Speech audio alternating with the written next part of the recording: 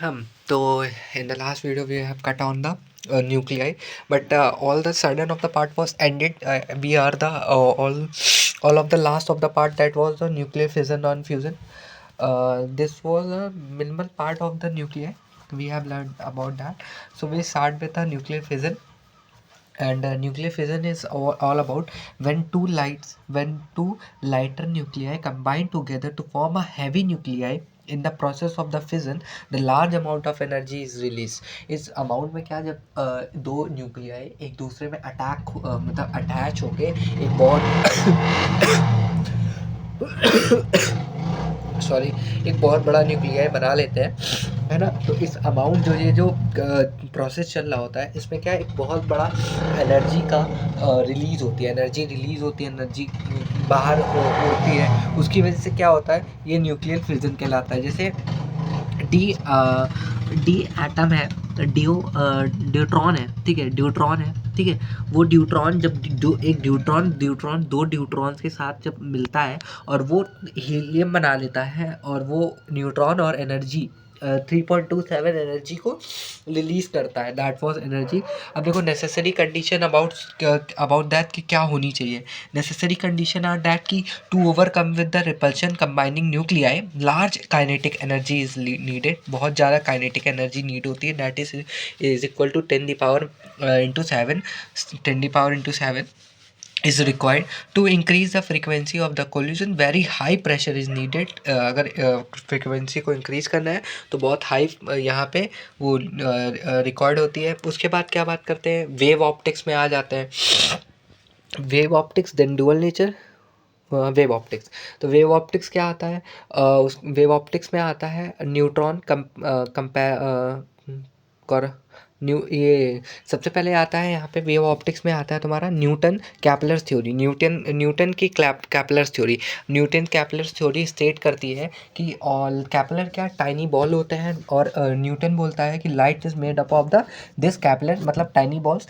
This corpuscle emitted from the source and travel with the highest velocity. Newton state करता है कि कैपिलर्स क्या होते हैं, बहुत हाई वेलोसिटी के साथ मूव कर रहे होते हैं, साथ ही साथ अपने साथ एक बहुत अमाउंट ऑफ लार्ज एनर्जी को एमिट करते हुए मूव कर रहे होते हैं। Corpuscles of the different colour has a different size. Different colour के जो कैपिलर्स होते हैं उनकी एक डिफरेंट साइज होती है। Then it could only explain reflection and reflection को ही एक्सप्लेन करवाता है। उसके बाद यही इनकी मेरिट भी थी और यही इनकी डिमेरिट भी सबसे बड़ी बनी कि ये सिर्फ रिफ्लेक्शन और रिफ्रैक्शन को ही एक्सप्लेन कर पाए। फिर हेनरीज प्रिंसिपल के ऊपर आ जाते हैं। He suggested that the light travel in the longitudinal wave just as sound. Light जो है वो लॉन्गिट्यूडनल वेव मतलब ऐसे ऐसे ट्रैवल करती है just as sound, and just and sound hypothetical medium whole universe called ether, but it was provided wrong, it was proved wrong as the nature of the light is transferred। इन्होंने क्या बोला, ये जो hypothetical medium दिया जिसको ether बोला, उसमें क्या इन्होंने बोला कि लाइट जो है एक लॉन्गिट्यूडनल वेव के फॉर्म में हमेशा ट्रैवल करती है, बट ऐसा हो नहीं रहा था, ये इन्होंने गलत बताया था। देन क्या होता है, इनके फेल्योर का आ जाते हैं। फेल्योर सबसे बड़ा कि इन्होंने लाइट को लॉन्गिट्यूडल बोला था, लेकिन वो ट्रांसफर थी। स्पीड ऑफ लाइट क्या करती थी, स्पीड ऑफ लाइट इन्होंने एक बात बोली कि speed of light is more in denser medium as compare to rare medium, but ये उल्टा था। रेयर मीडियम में स्पीड ऑफ लाइट ज़्यादा होती है as compare to denser medium.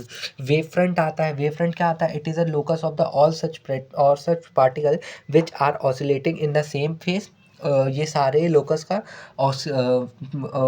locus of the all minima which is oscillating in the same phase and normal to the wavefront and the direction of the projection of the wave time, normal to the direction of the wave time के equal होता है। Henry second wavelength theory, Henry की जो second wavelength theory थी वो ऐसी थी कि every point on a given wavefront act as a form of its own wavelength called secondary wavelength or a wavelength, ठीक है। In the homogeneous medium, second in the wavelength of the separated with some speed in all direction, सारी direction में spread हो जाती है। Tangent in drawn in the forward direction on secondary wavelength gives the new wave front. Types of wave front की बात कर लेते हैं। वो होता है स्पेरिकल वेव फ्रंट, जब हमारा स्पेरिकल वेव फ्रंट होता है तो वो पॉइंट सोर्स बनाता है। प्लेन वेव फ्रंट होता है तो वो सोर्स बनाता है, इन्फिनाइट सोर्स बनाता है। सिलेंड्रिकल होता है तो क्या थिन रेक्टेंगुलर स्ट्रिप बनाता है, that is your linear source. और सुपरपोजिशन लॉ आ जाता है। सुपरपोजिशन लॉ स्टेट क्या करता है? Superposition law state that the resultant displacement due to the number of the displacement number of the wave wave is the vector sum of the all the displacement produces by each of them. Y naught y vector is equal to y1 vector, y2 vector, y3 vector, y dot dot dash yn vector. In interference of light क्या कहता है? The interference of light state करता है superposition law, meeting of the same frequency and the same amplitude, wave is the wave is the same direction, wave is the same direction में move करती है। अब देखो जैसे क्रस्ट है तो ये क्या है? कंटिन्यूस इंटरफेरेंस है। और अगर क्रस्ट हो गया, ट्रफ हो गया, ठीक है, तो कंटिन्यूस होती है। अगर वो क्रस्ट ट्रफ है तो वो क्या होती है? डिस्ट्रक्टिव इंटरफेरेंस हो जाती है। Then necessary condition for the constructive interference, that n is equal to 1, n is equal to always to 1 to 1 0 2 3, and phase difference is always 0 to that dash 2 and pi. Part difference 0 pi 2 pi and that dash n pi. Necessary condition for necessary destructive interference, phase difference is pi 3 pi 5 pi 2 n pi plus 1.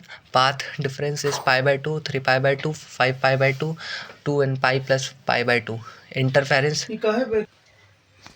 it comes through all the necessary condition that are interference of the wave of the interference of the Young's double slit constant fringes width is equal to beta is equal to lambda by d, capital D upon small d, on increasing YDAC explosion in the medium, it wavelength decreases, say state by the unit time with the respective to the air.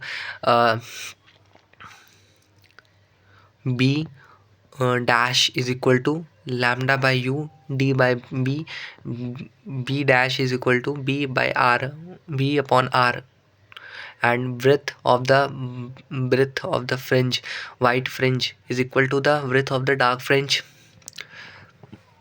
Distance of the two dark fringe is equal to width of the bright fringe. Screen d is equal to distance from of the fringe between the fringe. Necessary condition for YDSC monochromatic light should be taken. Coherent sources, same amplitude, same frequency, same direction, and slit both of the should be same. Coherent sources which emit a light wave having the same frequency wavelength and in the same phase, or they can they contact phase as difference. Imax upon I minimum is equal to r by r plus 1 r minus 1 the whole square. Shift with ratio W1 by W2 is equal to I1 by I2, A1 by A2, A1 by A2 the whole square is equal to R square, A1 by A2 is equal to R, that is ratio of the insective is equal to ratio of the slit width A1 by A1 whole square upon A2 the whole square is equal to R square, I1 by I2 is equal to R square. Diffraction of light, the phenomena of the bending of the light towards the corner is known as diffraction of light. Diffraction of light is the more effective or noticeable when the opening or opener is order of the wavelength of the light. Alternating pattern of the breadth and the dark fringe is formed on the screen of a decreasing intensity. Center fringe is a brightest fringe than all the fringes. Position of the minimum qn is equal to n lambda upon a. Angular width of the central maxima 2q is equal to 2 pi upon a. Total linear width of the central maxima is equal to 2x is equal to 2 pi d upon a.